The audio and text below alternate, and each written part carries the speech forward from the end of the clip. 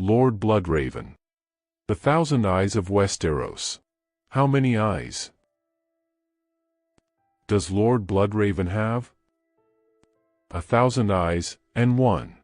In the long, bloody history of Westeros, no name carries more weight, or more mystery, than Brynden Rivers. To some, he was a hero who saved the Targaryen dynasty. To others, he was a kinslayer, a sorcerer, and a tyrant who ruled through shadows. But before he was the three-eyed crow, bound to a weirwood tree in the frozen north, he was the most dangerous man in the Seven Kingdoms.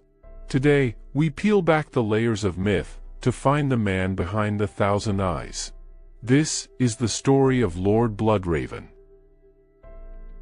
The great bastard, Brynden Rivers, was not born to be a king, but he was born with the blood of dragons. He was one of the great bastards of King Aegon IV. The man history calls the unworthy. Born to a Blackwood mother, Brynden carried the ancient magic of the first men in his veins. He was an albino, with skin as white as bone, and hair like a waterfall of silver. But it was the mark on his face, a jagged, red birthmark that stretched across his cheek, that gave him his name. To the small folk, it looked like a raven drawn in blood. From a young age, Brynden was defined by two things: his rivalry and his love. His rivalry was with his half-brother, Igor Bittersteel Rivers. Their hatred was inherited from their mothers. A feud between House Bracken and House Blackwood that had lasted for 1,000 years. While Bittersteel was all fire and rage, Bloodraven was ice and calculation. Then, there was Sorcerer Seastar, the most beautiful woman in the world, another bastard of the king. Both Bloodraven and Bittersteel loved her, but she chose Brynden. It is said they practiced the dark arts together, whispering spells in the moonlight of the Red Keep. This love triangle, fueled by blood and magic, would eventually burn the realm to the ground. The Redgrass field, when King Aegon the Unworthy died, he did something no king should ever do. He legitimized all his bastards. The fuse was lit. In 196 AC, Demon Blackfyre, the king who bore the sword, rose in rebellion. The realm split.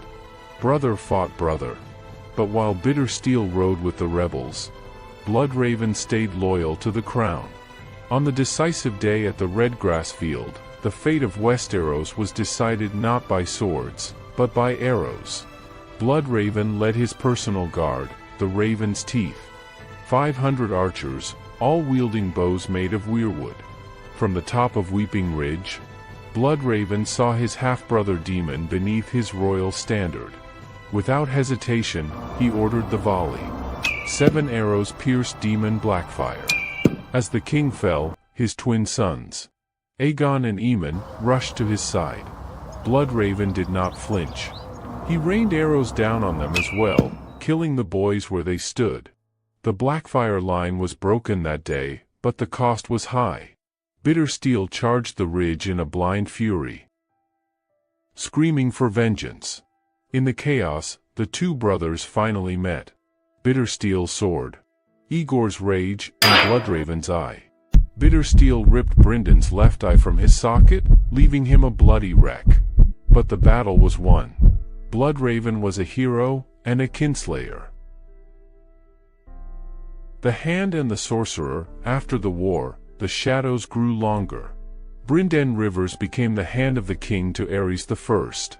While the king buried his head in dusty scrolls and prophecies, Bloodraven ruled the 7 kingdoms with an iron fist. This was a dark time. The great spring sickness killed thousands. A drought withered the crops, and the Ironborn reaped the western shores. Through it all, the people blamed Bloodraven. They whispered that he was a sorcerer, that he could turn into a crow, that he could hear every word spoken in the realm. And they were right. Through his network of spies, and his own budding greensight, Bloodraven truly did have 1,000 eyes. He knew about the Second Blackfyre Rebellion before it even began. He marched on White Walls with an army, ending the threat before a single drop of blood was spilled on a battlefield. He was a man who did the wrong things for the right reasons. He was the necessary evil that kept the Targaryen throne safe. But his ruthlessness would eventually be his undoing.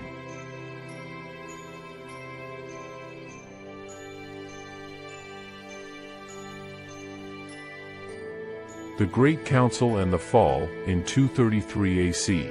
A new crisis of succession arose. Aenys Blackfyre, another pretender, wrote to the Iron Throne. He asked for safe passage to King's Landing, so he could peacefully state his claim to the crown. Bloodraven agreed. He gave Aenys his word, and a promise of safety. But the moment Aenys entered the city, Bloodraven's men seized him. On the steps of the Red Keep, he had the boy beheaded. He did it to end the Blackfyre threat forever, but he had broken the most sacred law in Westeros, guessed right. When the new king, Aegon V, known as Egg, took the throne, his first act was to arrest Bloodraven. Even the good king could not ignore such a public crime. Brynden Rivers was given a choice, the executioner's axe, or the black. Bloodraven chose the wall. He traveled north with a massive honor guard, including his raven's teeth, and a young maester named Aemon. The Crow in the north, for years.